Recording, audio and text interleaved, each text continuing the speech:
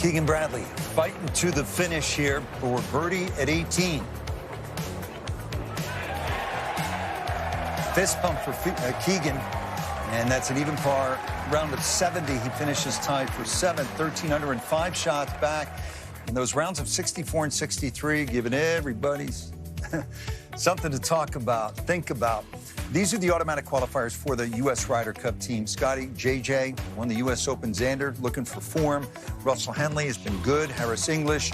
And then Bryson DeChambeau from Live Golf.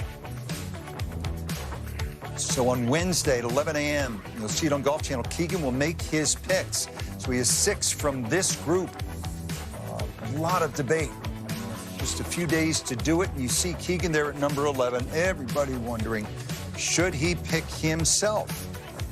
Can't remember a topic surrounding the Ryder Cup this buzzy, this hot as Keegan Bradley, the captain, and should he be a playing captain? With more, let's welcome in Todd.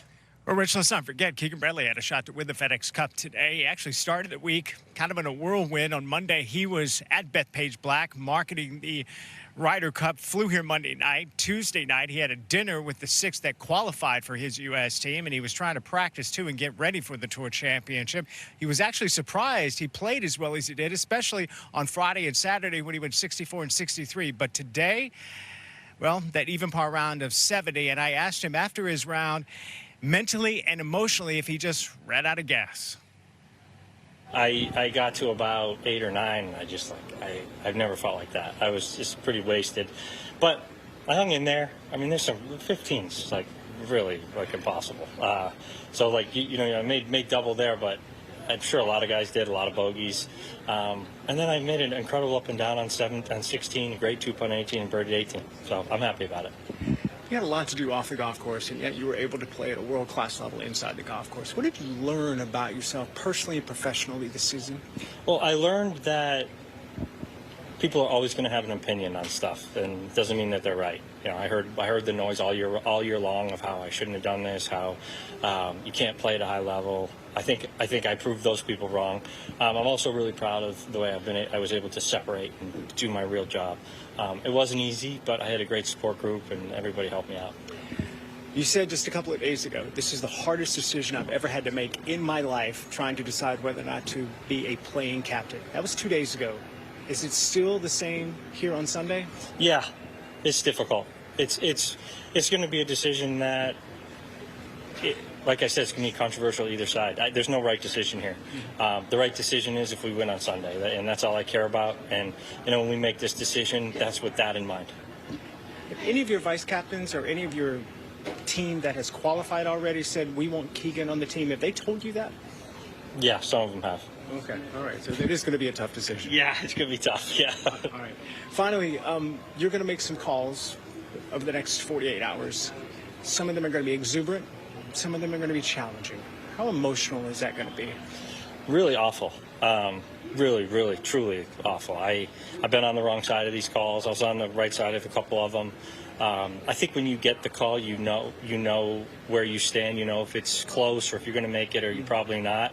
But there's going to probably be a few guys that think they're going to be on the team that aren't going to be. I don't know. And I feel for them. You know, there's nothing that we can do other than try to put what we think is the best team on the course. And we'll see if that's the right decision. Thanks, Keegan. Thank you. All right, you heard him there. Those phone calls will be awful, and he thinks that there are some guys that believe they will be on the team that will not be on the team. He's going to meet with his vice captains and go over who should be his captain's pick.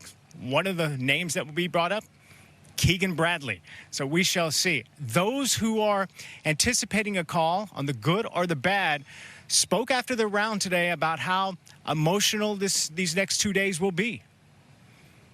It's out of my control. I promise you I gave it everything I had this year. And, you know, if I get that call that I'm on the team, I'll do everything I can to be ready on that first tee. But it's out of my hands, and I think there's a lot of players playing well on the U.S. side, which is great news. I mean, it's definitely been in the back of my head, and it's hard to push it aside, right? You know, I haven't been playing great, but I think I'm a great asset to that team, and hopefully, you know, I get a positive call from Keegan. But look, at the end of the day, he's going to do what's best for the team, and we're going to see how that plays out. And I really hope I'm a part of that, because the past 4 years of team events that I've been a part of, they're the best, and they sometimes wake you up and, you know, snap you back into the type of golfer you need to be. Obviously, you know, finishing, I think it was like 7th or 8th or something like that in points, and feeling like, you know, I've done well in team events in past, but obviously anything can happen. But I mean, I feel, yeah, I feel pretty good about it. I mean, obviously it's all in the hands of captain and the other guys in the team. It's going to be an anxious 24 to 48 hours. I wouldn't say stressful because I feel like I'm too blessed to be stressed, but definitely anxious just to see if I earned a spot on that team or not, or if Keegan believes in me. And so I know I've been able to handle some big moments this season. I know I'll be comfortable at that stage at Bethpage, and hopefully I can start practicing after 48 hours from now and start getting ready for that Ryder Cup. That'd be really cool and special to represent the United States. Definitely my #1 goal coming into this year, and you know, unfortunately I didn't put myself in a position to be an automatic qualifier. I think it takes a lot of stress off, certainly this week and last week, to be in that position. But you know what, I tried to focus on coming into the playoffs and try to play some solid golf, and hopefully it's enough. Obviously, I have no idea when I will get that call, and I have no idea what it will say. So, yeah, I mean, mainly, like you said, just waiting around for that. And I'm very excited to get home. I haven't really been home more than a week since April, probably. So I'm just looking forward to getting home to Florida. And yeah, I mean, either way, that obviously I really, really want to make that team. And if that call goes the wrong way, in my opinion, it's going to be a bit of a hard one to take. I feel like I've done everything you can ask of me to make that team over the course of the last 4 weeks. And then if you look back further, really half a season. So I'll get home as fast as I can and put my feet up, and, you know, the phone rings, it rings. Do you feel like you've done enough? We'll see. You know, that's not really my decision to make. I obviously would love to be there and be able to represent the USA, but I trust whatever decision Keegan makes. So 6 players will get a call saying that they are on the United States Ryder Cup team. Other players will get a call, and Keegan will graciously say, "You're not on the team." And those calls could come as early as Monday. The official announcement of the team will be Wednesday, and you can hear it right here on Golf Channel. One thing Keegan did say this week, he will be happy when this decision process is behind him, and he has his team. All 12 members of his team will go to Napa for the first fall event. 11 of them will play. Bryson DeChambeau is already qualified for that team, but because he is with Lift Golf, he will not be allowed to play in that PGA Tour event, but he will be there for off-the-course activities with his teammates. Guys? Todd, thank you. To this point, I think Keegan's handled the media very well. That announcement, 11 a.m. Eastern time, this coming Wednesday on Golf Channel. What direction you think he'll go, Brandel, and should go? I think Justin Thomas would be a lock. I think Ben Griffin, 2 wins, a second-place finish, 10 top 10s this year. He'd be a lock. Those other 4 spots, you're talking about 6 players maybe in the mix for those other 4 spots. Cantlay, Colin Morikawa, Cameron Young, Sam Burns, Maverick McNeely. You know, you start to look at those, and Keegan Bradley. I don't know that there is a checkmate argument to be made for any of them to be on the team, no holds barred. I think you could find pluses and minuses with every single one of them. I will say this, though, as it relates to Keegan Bradley, and I've gone both ways on this, and I think Keegan picking himself could prove to be a huge distraction that week. It's a risk, and it could come with a great reward. Johnson Wagner and I went back and forth on that this morning, but Keegan Bradley on the year played better than Patrick Cantlay. On the year played better than Colin Morikawa. On the year played better than Cameron Young. On the year played better than Sam Burns.